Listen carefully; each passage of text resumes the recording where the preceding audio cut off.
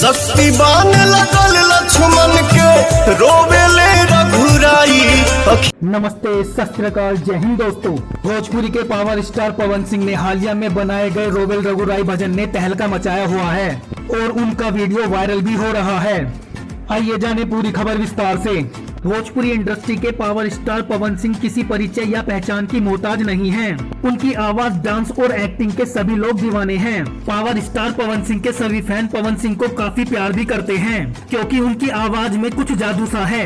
जो कोई उनके गाए किसी सॉन्ग या भजन को सुनता है तो मंत्रमुग्ध हो जाता है। दरअसल 2 हफ्ते पहले पावर स्टार पवन सिंह ने रोवेल रघुराई भजन बनाया था।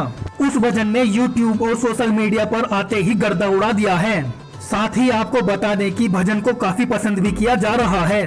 भवन के त्याग तू हमरा साथ बन में आइला। और इस भजन को मात्र 2 हफ्ते के अंदर ही 1 करोड़ से ज्यादा लोगों ने देख लिया है। जो कोई इस भजन को सुनता है वह व्यक्ति भाव विभोर हो जाता है और वह व्यक्ति इस भजन को बार बार सुनना चाहता है।